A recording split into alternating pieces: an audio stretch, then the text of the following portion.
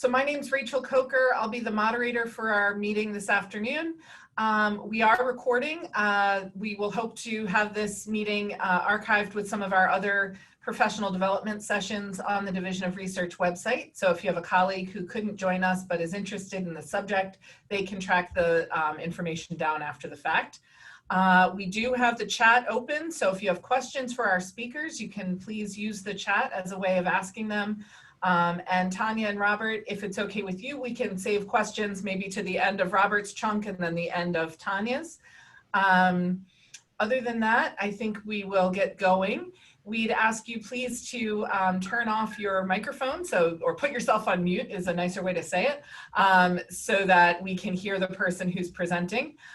If you want to stop sharing your video, that's also fine. Go ahead and get caught up on lunch.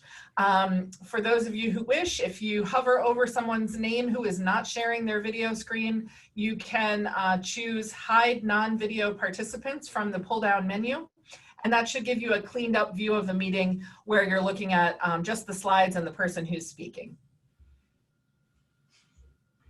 All right, thanks everybody for joining us. I'm Robert Lawrence, and I'm from the Office of Strategic Research Initiatives. And as Rachel said, I'll be beginning some slides and then turning it over to Tanja Demauro from the Office of Sponsored Programs. On the cover slide here, you'll see two pictures of instruments. We have a flow cytometer that was awarded through the NSF MRI program last year, as well as the HACSPES on the lower right, also awarded through that program. So on the next slide here, let's see if I can advance my slides. This is just a list of awards that we've received through instrumentation programs in the last decade, at least that I've been able to find, including the HACSPES and the flow cytometer through the MRI and several other instruments as well. We've also— Robert, I'm going to interrupt you for just a second. Yes. We're still seeing the full PowerPoint view. If you want to go ahead, share just the slide, that will make it a little bigger and probably easier for us to read. Thank you. Let's see. Yep. Is that doing it correctly? You were right there, but you didn't click. How's that? Still the same?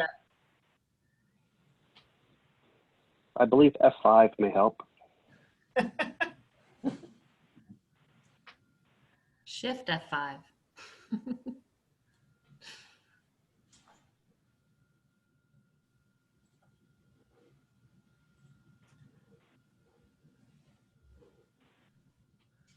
Let me just redo it again. Sorry about that.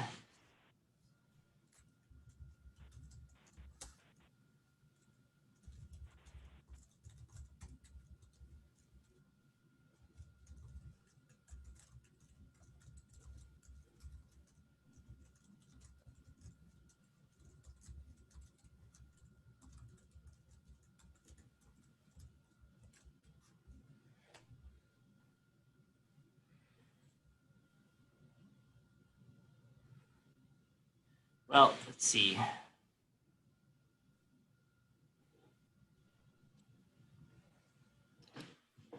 Robert, there is a button that shows up when you click on from current slide where it says resume slideshow. Uh-huh.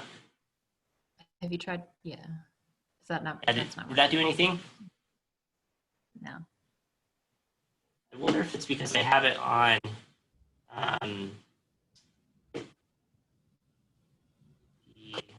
my other screen here. Hey, Rachel's here for assistance. Try clicking right there. You see that? Yep.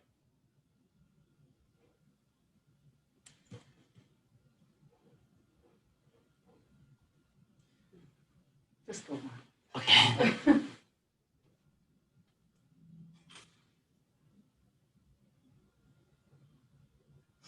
Okay, we're just gonna go on. Sorry about that, everybody. But you do see the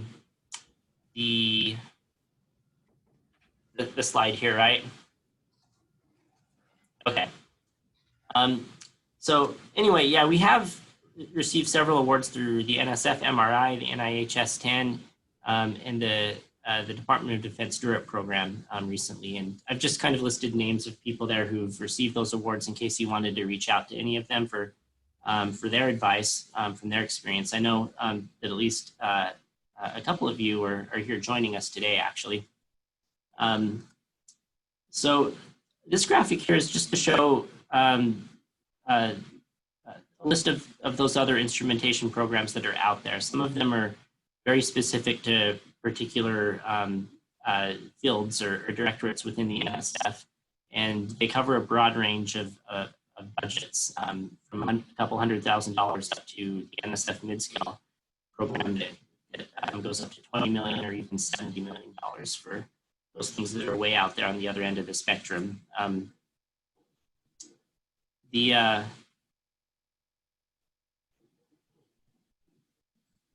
Oops. Oh, there it goes. Okay. So I just wanted to go over the NSF instrumentation programs that are out there, because some of them are specific to particular directorates. The Archaeometry Research Awards, if you know what archaeometry is, then that probably pertains to you. But that's in archaeology, which falls under social, behavior, and economic sciences. And the Earth Sciences and Instrumentation Facilities, that pertains to geosciences as well. Community Instruments and Facilities, that's also geosciences. Cyber Infrastructure for Sustained Scientific Innovation, that pertains to all of the directorates. Whereas the SICE Community Research Infrastructure Award pertains to just Computer Information Sciences and Engineering Directorate. The Major Research Instrumentation Program pertains to all of the directorates, as does the Mid-Scale Research Infrastructure Program. So now let's just focus a little bit more on the NSF MRI. As mentioned, all of the directorates pertain to that. Right now, there's about 615 active awards that include $375 million of funding. Those are distributed through all of the directorates except for Education and Human Resources. Most of them are math and physical sciences, a few are social, behavior, and economics. And then on the right there, I've kind of listed the average award amount just based on these numbers here.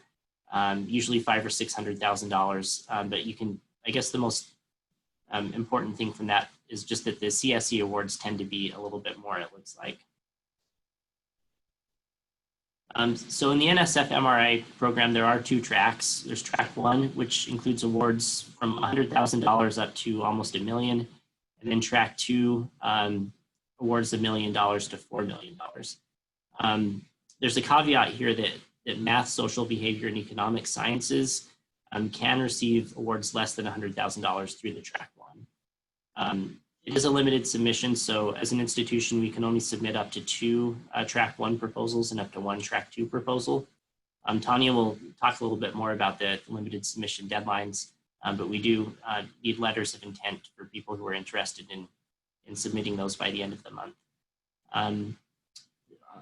The MRI program supports not just the acquisition of instruments, but also the development of instruments, building them on campus for very specific purposes. And I don't think they get as many development proposals, so they're really trying to encourage those by allocating 1/3 of their awards for the development proposals.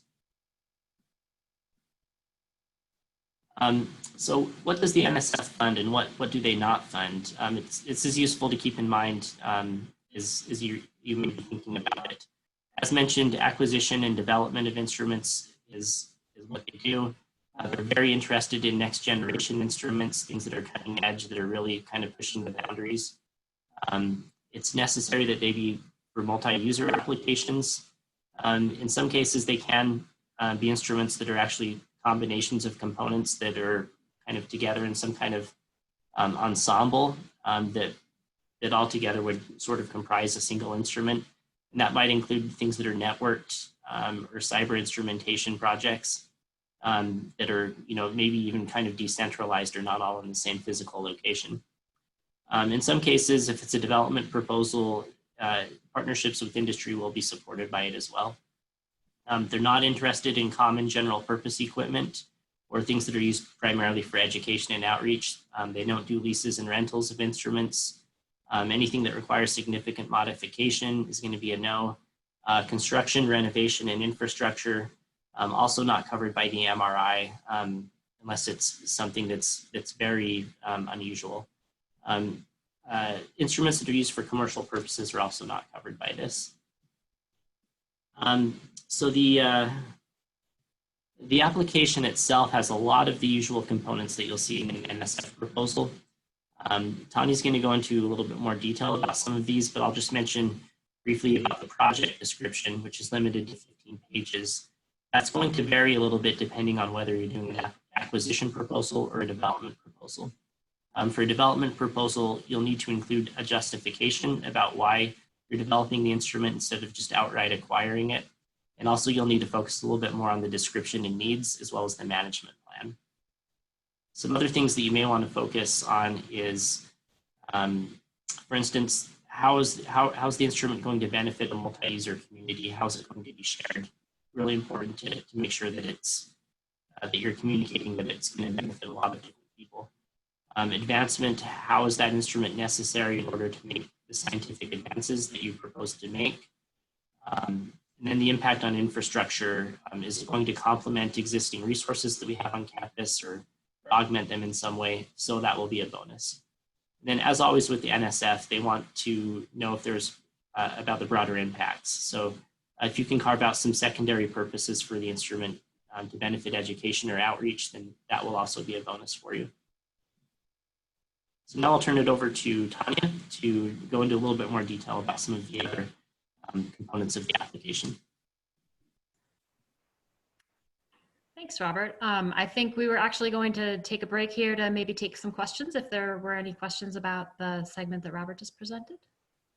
I was just going to make that offer, Tanja, thanks. Sorry. Yeah, I don't have anything pending in the chat, but if you want to either post a question in the chat or if you want to take yourself off of mute and pose a question directly, that's fine.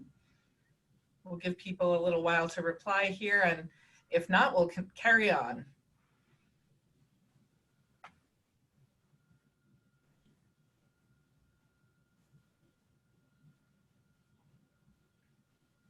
Tanja, why don't you go ahead and we'll pause again for questions after you're done speaking. Thanks. All right, thanks. I just want to share my screen, and I hope I don't have the same issue.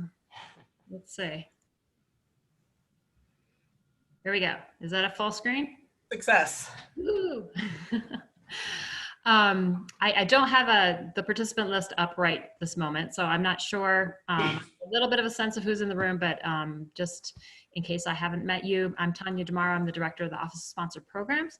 My office is often known as pre-award, and so that's the aspect of the submission of the NSF MRI proposal in particular that I'm going to talk to you about today.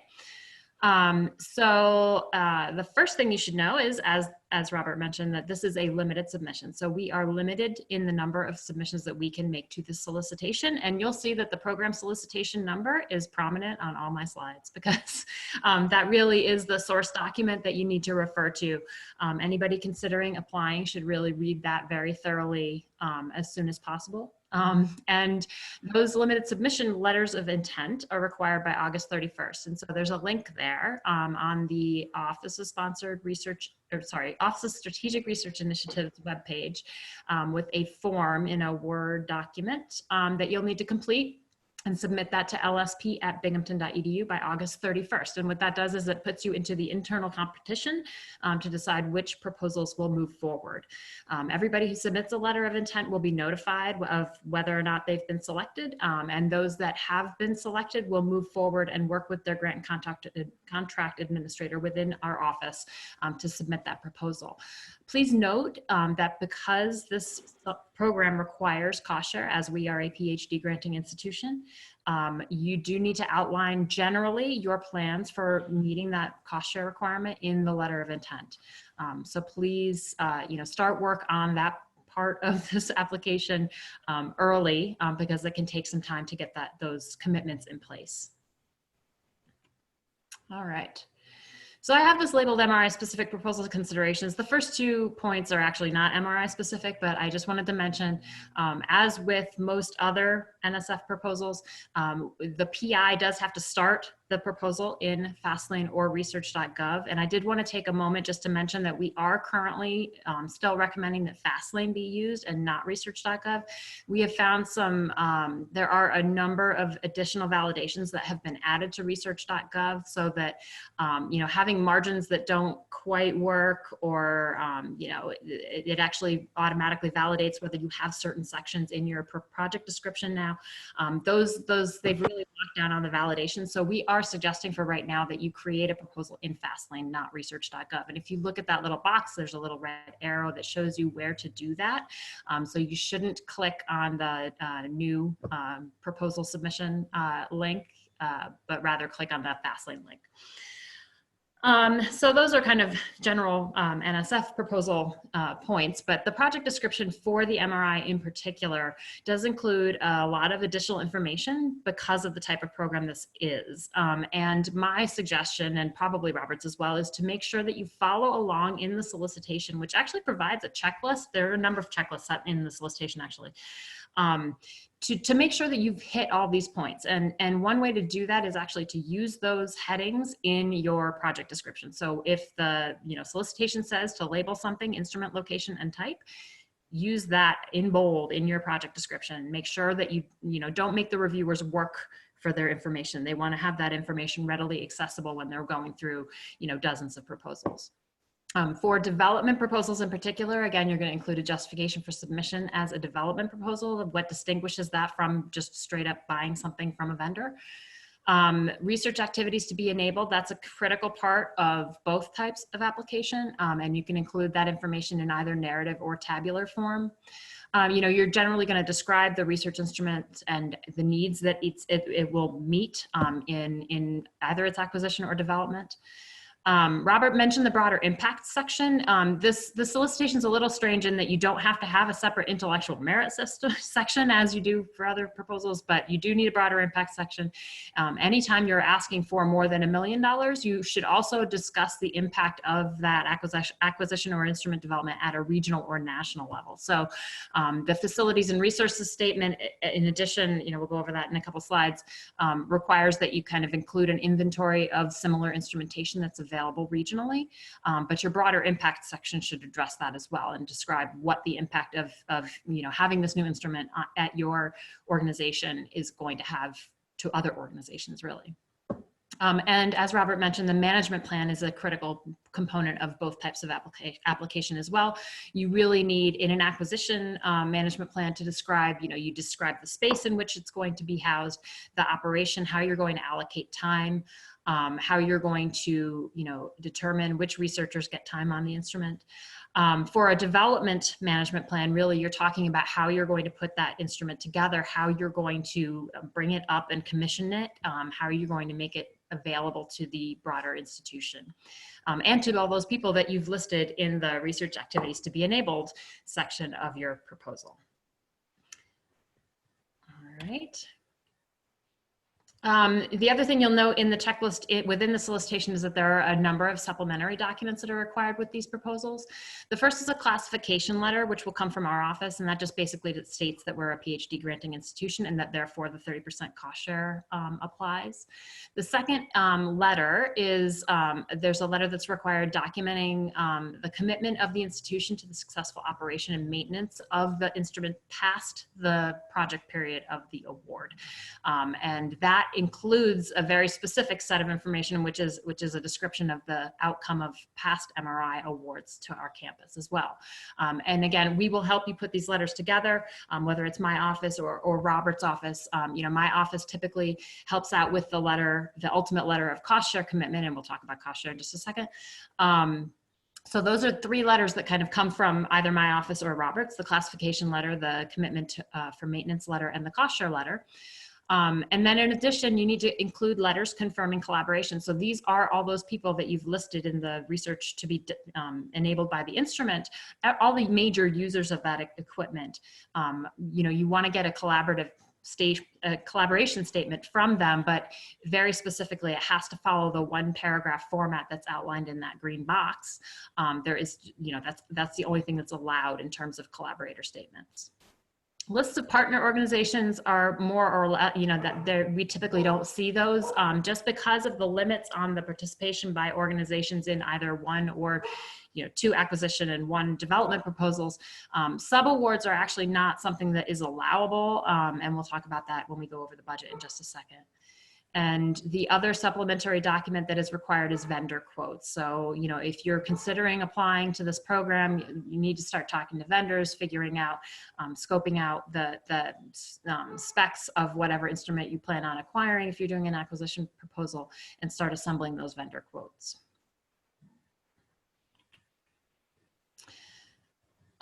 These are not MRI specific, but as of October 5th, NSF is requiring that for the current and pending and biosketch documents that PIs either use Science CV to create those two documents, or that they use an NSF created PDF form, which we have in our office. So just a note, after October 5th, and since these are going in January, these would definitely fall under this requirement. You'll need to do a new biosketch and current pending form. So, all right, allowability as far as the budget goes.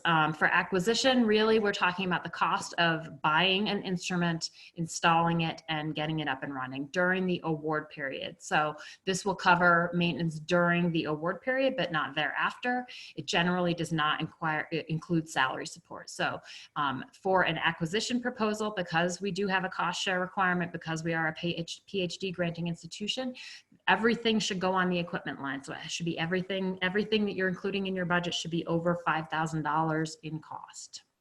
For development, there are a few other considerations. Salary is something that is a little more allowable in the development proposals on the NSF request side. So just really quickly go over that allowability. So the other very important element of an MRI budget is the cost share requirement.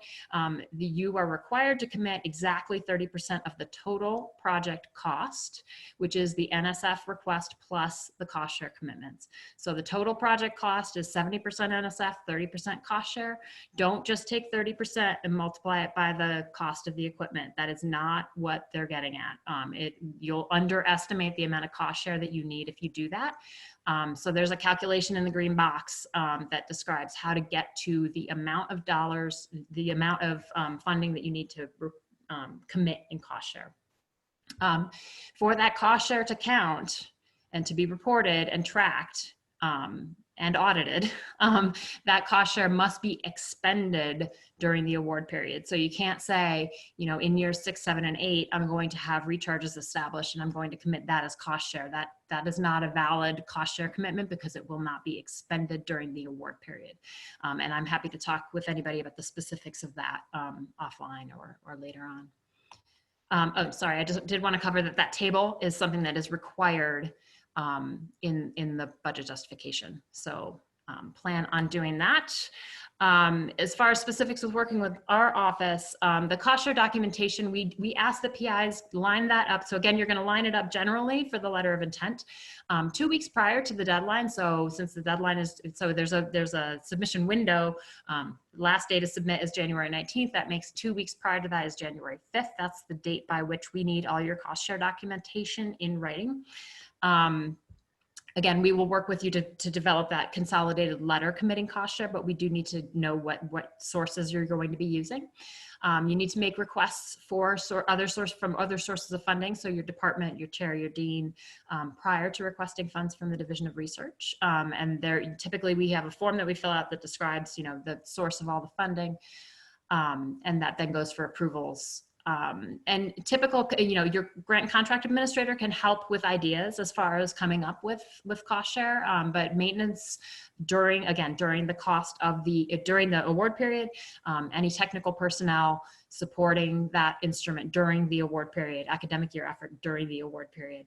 And then again, I mentioned that acquisition proposals need to include a budget that consists entirely of that equipment category. Just some thoughts to close out my section here and leave some time for questions, but please read the solicitation thoroughly. Again, it's 18-513. Deadline is January 19th. The earliest submission date is January 1st. Ask questions of your grant and contract administrator. Work with them early on to develop the budget, identify cost share, and the internal submission deadline is that, we ask that we receive all the documents in final format 3 days prior to the sponsor deadline. So in this case, that would be 3 business days, January 14th. We'll route those for approvals in PACs for chair and dean approvals, and then submit. And then finally, I just wanted to kind of comprehensively, what we can help you with. The PAPG is the Proposal Award Policies and Procedures Guide, put out by NSF every year, and we will help you navigate the requirements of that document, help you put together a budget. We'll provide checklists along with those that exist in the solicitation, help you upload your documents to Fastlane, and route for internal approvals. So, and the link above will show you the unit assignment for your department if you have any questions about that. I think most people on the call are familiar with who their grant contract administrator is. And with that, I will stop sharing my screen and guess we're open for questions. Thanks so much. There's nothing in the chat at the moment, but please feel free to chime in. You could take yourself off of mute, put your video back on, and ask directly. If you'd prefer, you can also type in the chat box. Questions for Tanja or for Robert? Do you want to mention, Robert, that Kai Ming is also on the call if there's people who have questions for someone who's recently been through this process? As is Shah. Shah's also on the call. Shah or Kai Ming, would either of you like to just share any tips that you have about what this was like? Any thoughts you have about? Oh, okay. Yeah, thank you. I can start briefly share my experience on the NSF MI on grant applications, and quite as straightforward as Rob explains. It's the 2 different types of developments and acquisition. In the last funding we received from the NSF, actually I received one from MI on the multiphoton confocal microscopes, and Shah just recently awarded with another on the MR funding from advanced flow cytometry in the system. And I think it's to work on the MI proposal, you need to start earlier, pull up very strong team, and that's very important. So the team need to be relevant to the theme you're going to present, you're going to describe in the proposals. So the reviewers, they look at it very carefully, whether on the group of people, the expertise and the needs, which matches the instruments you're going to request from NSF. So they look at expertise of the PI, look at expertise of their participating investigator, to see if the request of instrument justified by the needs. That's what they look at very carefully. Now, the other they're looking very carefully is whether you have a very good plan to maintain the instruments during the project period and also after the project.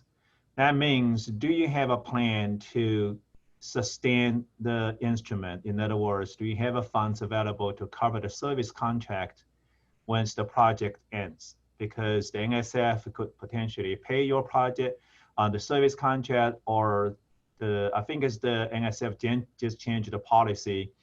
The funding only for the equipment acquisition, the service contract has to be covered by the matching from the institutions. Maybe Tanya can clarify for that. But I think it's in my case, we basically have presented a very good plan to tell their reviewers, we have good plan in place to guide us through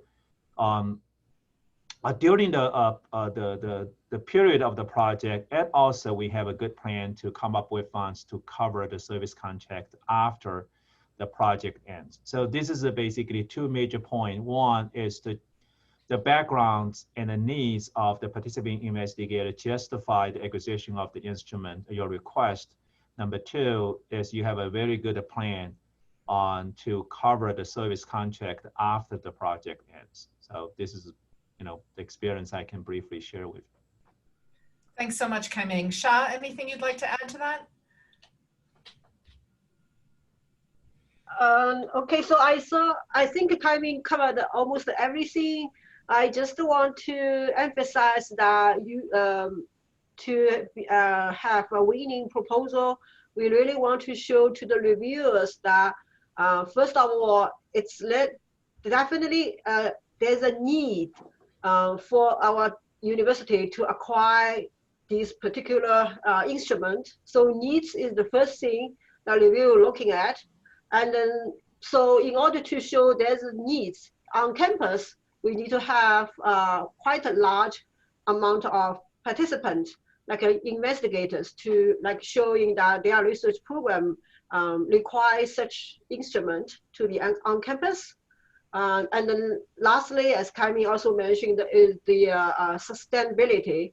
I think we are on very good shape because we do have ADL, we have health science core facility. So this part is strong for our Binghamton University. Thanks so much. Any questions for Robert, Tanya, for Kai-Ming, or for Sha? Yeah, I actually wondering because last year I noticed Tim Singular is here, right? Tim, you are here. So because Tim approaching to me, he was working on the one MI proposal trying to acquire real meter on campus. So I really feel like this is the needs for us. It's a shame that we don't have a real meter on campus. I mean, I know you have it long time ago, but they are too old. They haven't been working for many years. So if this year, I'm not quite sure if Tim still want to, lead the role to try to, try again to write this proposal for a real meter. I do, and I've already interacted with Mary Beth about that, and I've gotten feedback from colleagues encouraging me to go forward again with that. I did have one question following up on Sha's and Kai-Ming's statements, and I looked at it's pertaining to the 15-page project description, and I looked at Cheng Hong Ki's successful MRI proposal, and his basic approach to the 15-page project description was several vignettes of research groups, basically writing a one and a half page summary of their intents to use the particular instrument. And I was wondering whether you all thought that would be an effective approach rather than write one sort of, kind of stream of consciousness 15-page project description that. Tim, go ahead, Kai-Ming. I can provide very briefly on the answer to these questions. I think it's beyond the review panels for many years, and also intact, as also myself as awardee. And I think it's the most effective way, as you just mentioned about, and for every participating investigator, write the short description, particularly emphasize how this piece of instrument how their research will benefit from the acquisition of this piece of instrument. Okay. That will be more effective. Yes, I saw there is some proposal, and they overall provide overall description and describe how this, acquisition of this piece of instrument will help the university in the whole as a whole. I think it's either will work, but I think it's, if you look at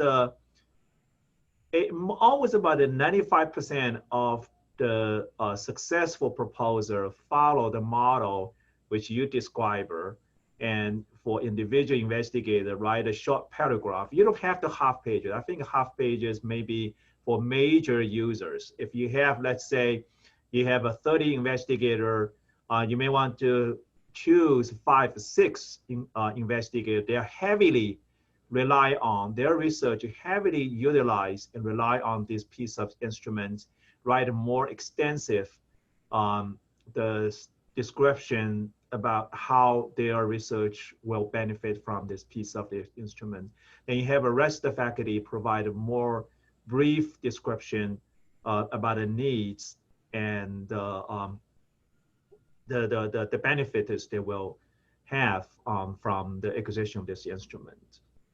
I think what Kai-Ming just described is something that we pretty typically see, which is, you know, to have a more in-depth focus on the major users and then potentially a tabular format for additional users. So I think if you can draw that distinction between the two, I think the way that you've described approaching, you know, the major users and really establishing the need and establishing a recurring need throughout research groups, and maybe even addressing, you know, the need outside of our institution as well, just kind of speaking to the regional use of the machine. I also just wanted to mention one thing, which is because this is a limited submission, I do also want to mention that if you are selected to do a proposal, please do the proposal.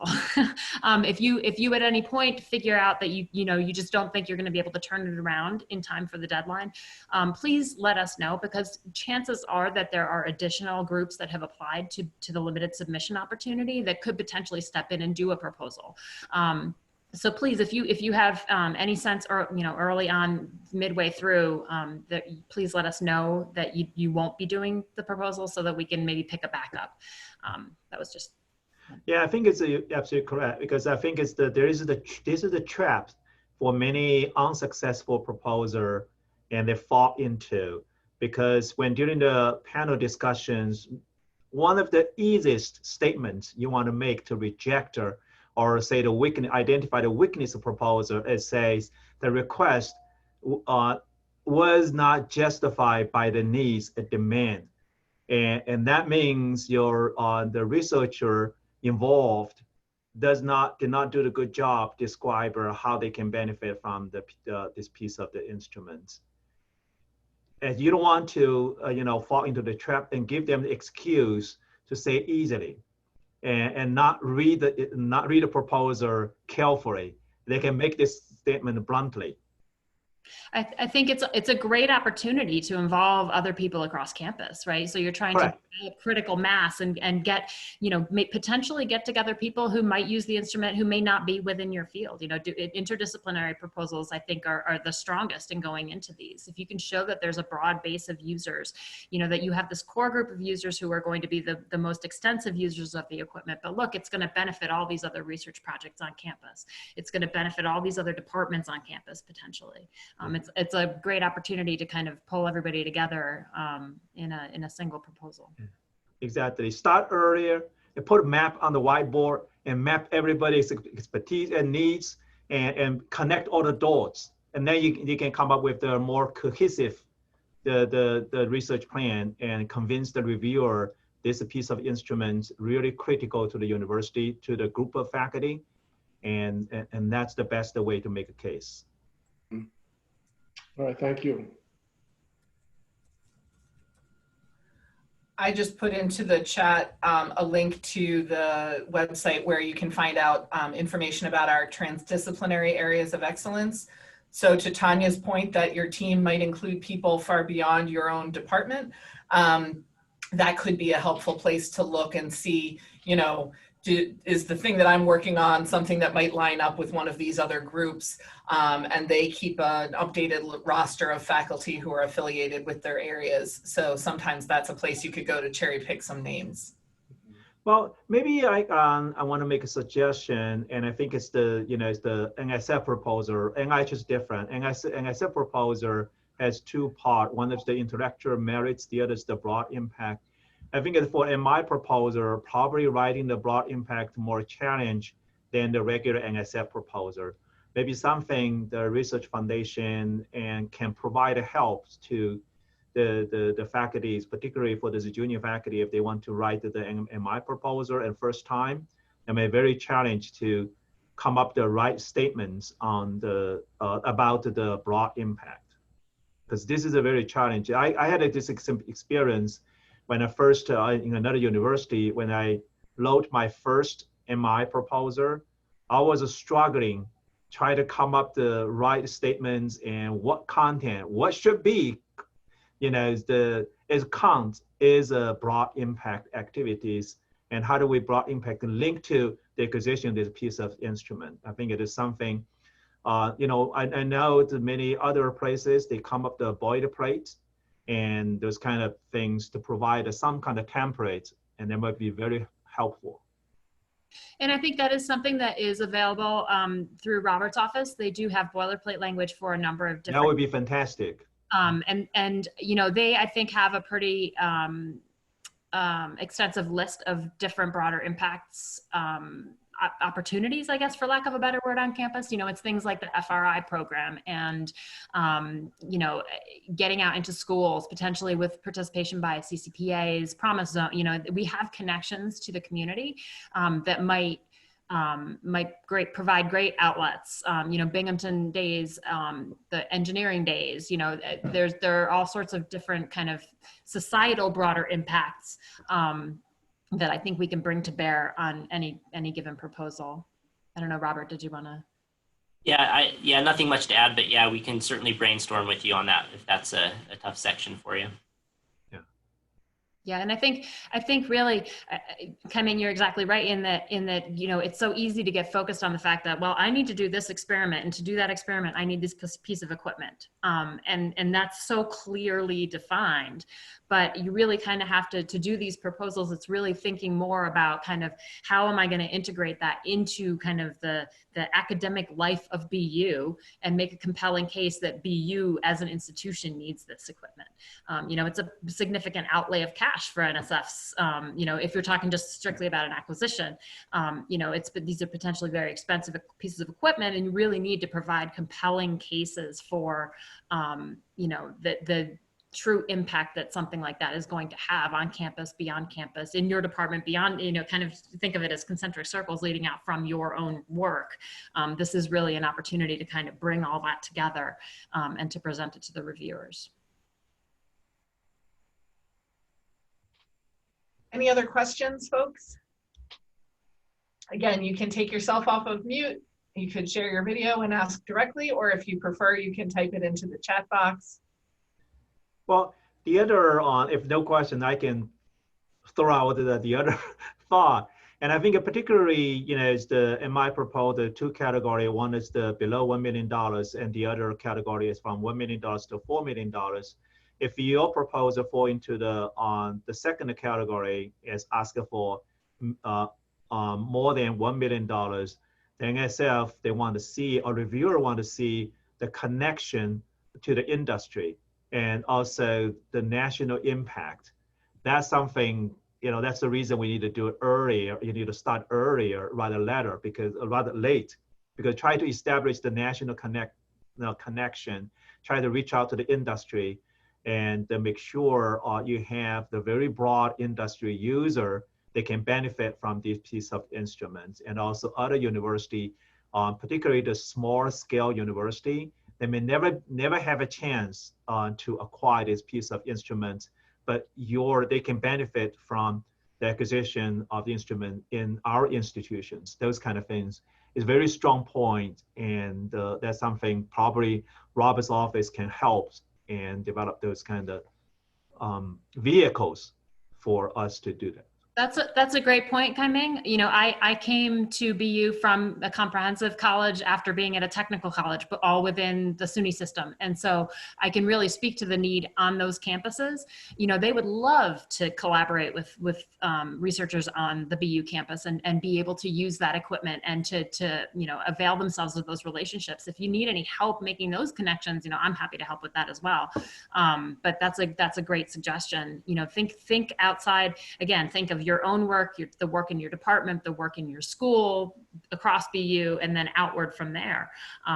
We certainly do have a number of regional kind of potential partner institutions that could be involved. Yeah. Because the reviewer score those points is very, very heavily, particularly when you ask for more than $1 million on the grant. It all comes down to dollars and cents, doesn't it? Correct. Well, either the way I can speak. I can speak in the normal average case. If you ask for close about $350,000 and piece of instruments, and I can say this is public domain information, not something secret. It's quite easier. So if you ask for, I think it's the average funding for MI is close about 400,000, and you have a very good chance to be successful. So if you ask for about $600,000, that's the very dangerous area you enter into, because close to $1 million. If you're above the million, that's a different category. But you're close to $1 million, but above the average, that you have to make a very strong case. Yeah, I think there's a balance to be struck between being ambitious with what you want to accomplish and being reasonable in your expectations, and then putting together a budget. And I think that's a really great point, Kimmy. Yeah. So you have to balance, right? Balance about a chance for you to be successful, and then more reasonable. The budget need to be reasonable. Always. Yes. So we don't have any other questions coming in at this point. Robert, any other thoughts? I'll just remind everybody again really quickly that the letters of intent are due on August 31st, since we can only submit 3 to this program. So I put a link in the chat box there of where to find those letters and more information about that.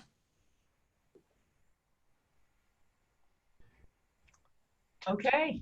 I'll just if anybody has any questions after this, if they want to follow up with me or with their, grant contract administrator, we're available and ready to answer questions. Well, I think it's before we end, I think one point I want to make on many times, and this is a property BU is not only places, there are the other places also have the same very common phenomenon. People underutilize the development mechanism of MI proposals. So think about it. If you research involve the instrument development, and this is easy money compared to try to acquire the NHR1 to develop instrument, but NSF MI development award much easier as compared to the NHR1, and try to have the same amount of money. You can ask for same amount of money, and it's very effective rate. I think this many places are probably underutilized. I'm not quite sure about a BU. Tanya can say that. Yeah, I will say that we see far more acquisition proposals than development proposals. And I will say that, we have had them come back and say, this isn't a development proposal, make it an acquisition proposal. If you're just, buying 3 pieces of equipment and you're sticking them together and calling them, this brand new thing, that's probably not going to fly. But I agree that, I think it's an underutilized mechanism. And I think it's clear from the way the solicitation is written and the things that they've chosen to highlight, that they are really interested in development proposals. And in particular, they are interested in development proposals submitted by women and underrepresented minorities. So, that is another focus area, it speaks to the need for diversity in PI, co-PI group. And so, that is very prominent in all the messaging about the MRI's program by NSF.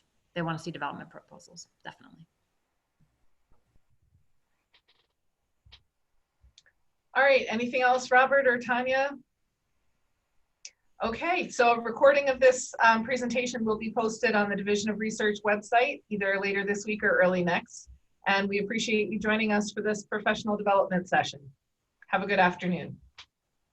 Thanks very much, Rachel. Thank you.